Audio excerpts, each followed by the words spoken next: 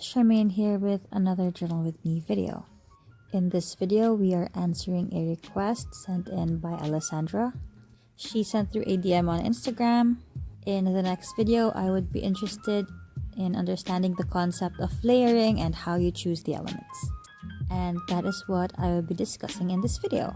As you've seen in the first part of this video, it was a total mess. And that's how I usually start.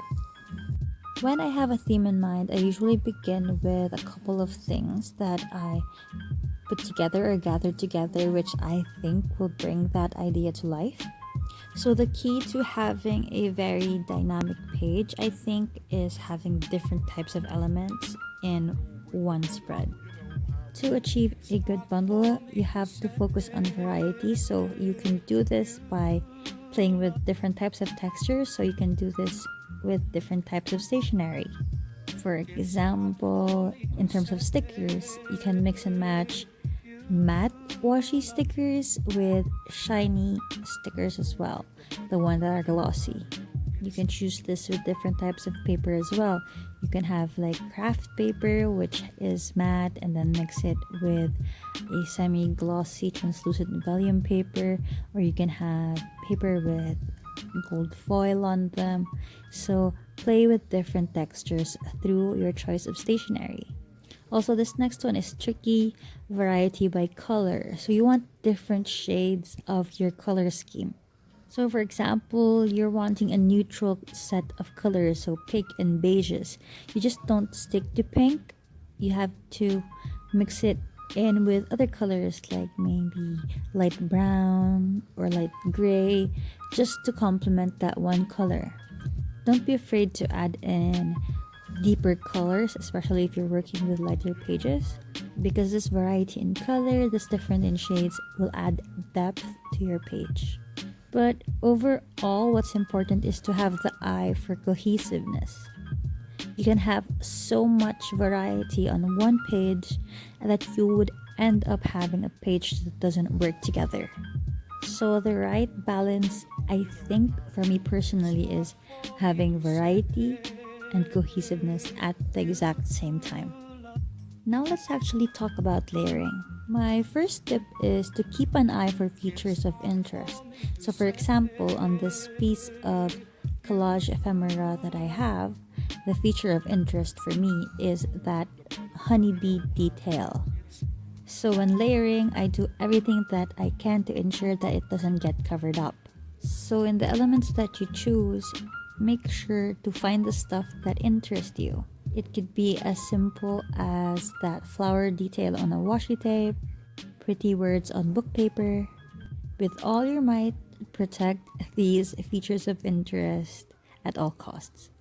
Basically, you just make sure that these features of interest do not get covered up as you continue on layering. Next, we have smart overlaps.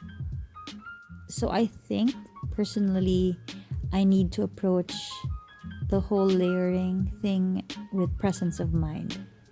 Like, I look at a particular sheet of paper. Is it a foreground material or is it a background material? So background materials are usually stamps, which have like a solid background. For example, on this page you can see that the background of the flowers is actually a stamp. So it's very light and it will allow whatever I put on top of it to pop up. So background materials for me are usually light, but that really depends on how you want to approach your page. But for me, I tend to want the background to be light because I don't want my page to be really heavy. Over the years, I realized that if I fully cover a page with heavy paper, it just makes the whole spread look heavy as well. And that's something that I'm not going for at the moment. So my style is just like having that perfect balance. You have like a heavy side on the page, but you also have a lighter side to it as well. Then foreground materials or layers are usually the lighter ones. My favorite foreground materials are like translucent paper, onion skin, parchment paper, or vellum. Though unfortunately on this page I didn't use any of these materials. But you can go check out my Instagram page. I'm gonna put a link down below to an example wherein I used a vellum as a foreground layer to a spread. These translucent sheets actually are really nice because it allows you to layer pages at the bottom and then you just lay it on top and you can still see these layers underneath it. So I guess to summarize the idea of smart overlapping is being able to layer as much or as many elements as you can and as you want to, and having a piece of it show up in the total page. So basically your goal is, if you're gonna do layering, make sure that at least all of the sheets or all of the stuff that you pile on there will be visible in the final page. So it works differently for everyone, but that's how I approach my layering. So also for me personally, I'm the type of journal enthusiast that when I see a blank page or a blank spot on my page, I have to fill it up. So these tiny little stickers are actually nice details which I add to the tiny spaces or tiny gaps in between my text or other items or elements on the page. Some people, on the other hand, prefer pages to be lighter or more minimalist. I have this sort of horror vacui or fear of blank spaces. I have to just really fill in blank spaces. I don't know why, it's just my personal preference. So let me know in the comment section below if you're also having this tendency to go overboard and trying to fill all those blank spots on the page. Oh, now we're on my favorite part of this journal with me video. This is like the main feature of the page, I think. So I'm still cutting stuff up from an old English workbook. It is actually full of short stories with random different topics, and I was able to clip out these words from one of the stories.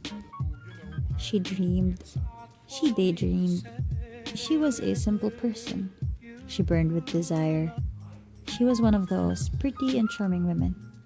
She believed herself born only for these. It's a bit here and there, but I just kind of like the whole idea of talking about this one woman who is a daydreamer or a dreamer and stuff like that. It just seemed pretty cool that I was able to cut this out from an essay. But the real story of this woman is actually pretty sad. Like, it was talking about this woman who was very dependent on his husband or something because she was poor or having a difficult time in life. So I just clipped out the good bits and the nice description of her and put them all together on this page. And now we're back on the page where I'm filling up the numbers which I have covered. Sometimes the pages that I make are super random. Like this page right now that you're watching, this isn't my favorite page actually. But I'm actually really happy that I haven't missed a week yet since 2020 started, so that's pretty nice. Oh, and also, if you made it this far to the end of the video, thank you so much for watching. So since my last couple of videos, I had a subscriber change of about 300 or 200 more people joined in this community. Hi, if it's your first time making it to the end of this Journal With Me video, hello! Welcome to this channel. Also, just an update, I actually reached 240,000 minutes of watch time and I am officially a YouTube partner. This happened actually a week ago, but it took some time because I had to set up my Google AdSense, because apparently since I'm in the Philippines, I had to change it from Australia to the current country that I am living in now. Just to let you know, all the funds that will be earned through this channel will of course go directly to my stationery stash. Actually, I have a giveaway in the works, but let's talk more about that soon when all the post offices in my area are open.